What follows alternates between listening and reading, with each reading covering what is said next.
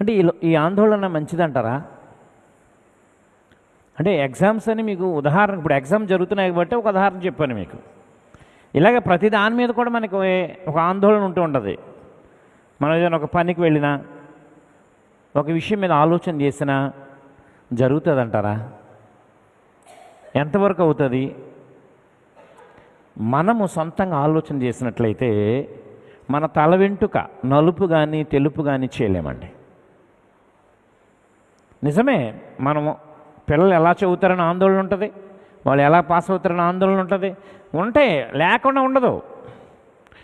ఏ మనిషికి దేవుడు నమ్ముకున్నవాడికి ఉంటాయి, నమ్ముకోలేని వాడికి ఉంటాయి, ప్రార్థనకు వచ్చేవాడికి ఉంటాయి, అసలు ప్రార్థన అంటే తెలియని వాడు అందరికీ ఉంటాయి ఈ ఆందోళన. కానీ మనం ఏం చేయాలి? దేవుని యొక్క వాక్యం తెలిసిన మనం ఏం చేయాలంటే మన భారమును ఆయన మీద వేయాలండి. ఆ తల్లి ఏం చేయాలి? నేను ఎగ్జామ్ కంటే ఫీజు కడతాను కానీ, స్కూల్ కంటే ఫీజు కడతాను కానీ, వాళ్ళు చక్కగా చదువుకుంటే మంచి భోజనం వండి పెడతాను కానీ, నేను వాళ్ళకి దగ్గరున్న ఎగ్జామ్ రాయించలేను కాబట్టి, రాయించేవాడు ఎవరో? దేవుడు. కానీ ఆయన మీద నీ భారమే. ఆయనకు ప్రార్థించు, ఆయన మోకరించు, ఆయన విజ్ఞాపన చేయి. నాయన ఇదిగో నా బిడ్డల్ని చేతులకు అప్పగిస్తున్నాను, వారు ఏమైనా నీకే. అంటే మన ఆందోళనను, మన చింతను మన చేతుల్లో లేనిది ఏదైనా సరే అండి.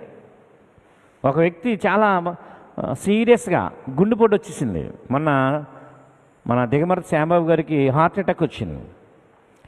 ఇక్కడ నుంచి గబగబా హాస్పిటల్కి తీసుకెళ్ళాం మేము. హాస్పిటల్కి తీసుకెళ్ళగానే ఆయన ఈసీజీ అన్నాడు ఒకే ఒక మాట, వెంటనే ఆపరేషన్ చేయాలండి, స్టంట్ వేయాలి, లేకపోతే చాలా డేంజర్ అన్నాడు ఆయన. మనకు అక్కడ వరకే. అక్కడ నుంచి ఐసీయూలోకి తీసుకెళ్ళిపోతారు, లోనకి తీసుకెళ్ళిపోతారు. మనకేమో తెలుస్తుందండి వాళ్ళు ఏం వేస్తున్నారు, ఏం స్టంట్ వేస్తున్నారు, ఎంత ఖరీదు చేస్తున్నారు, అసలు ఆపరేషన్ చేశారా లేదా మనకేం తెలుస్తుందా? అక్కడ వరకే మన ఆలోచన ఎంతవరకు అంటే కొంతవరకే. లోన ఏం జరుగుతుందో మనకు తెలియదు. కనుక అన్నీ చూడగలిగిన వారు ఎవరంటే దేవుడు మాత్రమే. లోకంలో ఉన్న ప్రతిదానిని మరి తేరి చూడగలిగిన శక్తివంతుడైన. కనుక మన భారాన్ని ఆయన మీద వేయాలి. యేసుప్రభు శిష్యులు ఇటువంటి ఆందోళనలోనే ఉన్నారండి. యేసుప్రభు మార్కు సువార్త మనం చదివాం కదా. ఇప్పుడు మార్కు సువార్త 4వ అధ్యాయము 37వ వచనాన్ని మనం చదివినట్లయితే ఒక అమూల్యమైన మాట మనకు అప్పుడు ఒక తుఫాను రేగి, మొదటి నుంచి చదువుదామండి. ఆ దినమున సాయంకాలమైనప్పుడు ఆయన అద్దరికి పోదుమని వారితో చెప్పగా వారు జనులను పంపివేసి ఆయన ఉన్నపాటు